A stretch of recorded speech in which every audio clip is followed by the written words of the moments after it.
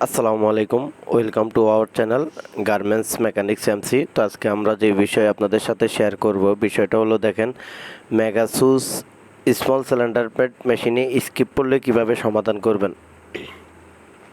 তো আমাদের এই মেশিনটা নতুন, কারণ সবাই জানেন যে নতুন মেশিন আনলে অবশ্যই মেশিনে স্কিপ পড়তে পারে। তো আজকে আমরা এই স্কিপ রিমুভ করব কিভাবে। দেখেন, আপনার সচরাচর আপনার নতুন মেশিনের নিডল বার, লুপার টাইমিং কিংবা লুপারের মাপার লাগে না। তো আজকে আমরা সব কিছুই দেখবো, কারণ আপনার মেগাসু স্মল সিলিন্ডারের এটার আপনার লুপার নিডল থেকে লুপারের দূরত্ব হইলো আপনার 2.8 মিলি, আর নিডল প্লেট থেকে নিডলের হাই হইলো 7.8 মিলি। তো এটা হলো নিডলের হাই আমরা বললাম। আর অবশ্যই আপনারা টাইমিংটা সুন্দরভাবে করবেন, যেহেতু আমাদের সিলকাঠি লাগানো আছে। আগে সিলকাঠি লাগানোর আগে অবশ্যই আপনারা শিলি দিয়ে দেখবেন, শিলি করে দেখবেন যে আসলে আমাদের নিডল টাইমিং ঠিক আছে কিনা, স্কিপ পরে কিনা। তারপর আপনারা সিলকাঠিটা সেট করবেন। আর তো আমাদের এই জায়গায় আমাদের এই কাজটা করা হয় আপনার যে ফ্যান্টের যে কাপটপ সিন আছে, ওই কাপটপ সিন দেওয়া হয় মেশিনটা দিয়া।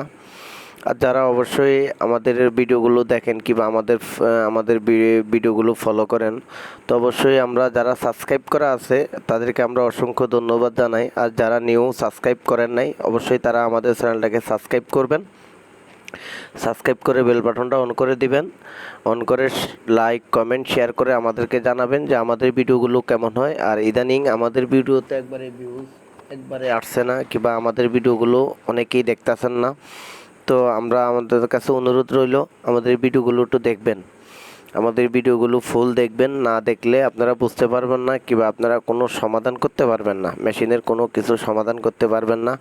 অবশ্যই আমাদের ভিডিওগুলো দেখবেন, ফুল দেখবেন, স্কিপ করে দেখবেন না। স্কিপ করলে আপনারা কিছুই বুঝতে পারবেন না।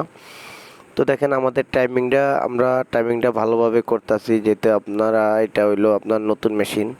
এই ক্ষেত্রে আমাদের নিডল বারটার কিছু লাগানো লাগবে না, এটা আপনারা করবেন। আর অবশ্যই আমাদের ভিডিওগুলো ফুল দেখবেন, আমাদেরকে একটু সাপোর্ট করবেন। আর ইদানিং আমাদের ভিডিওগুলো হয়তোবা মানুষে কী কারণে দেখে না জানি না।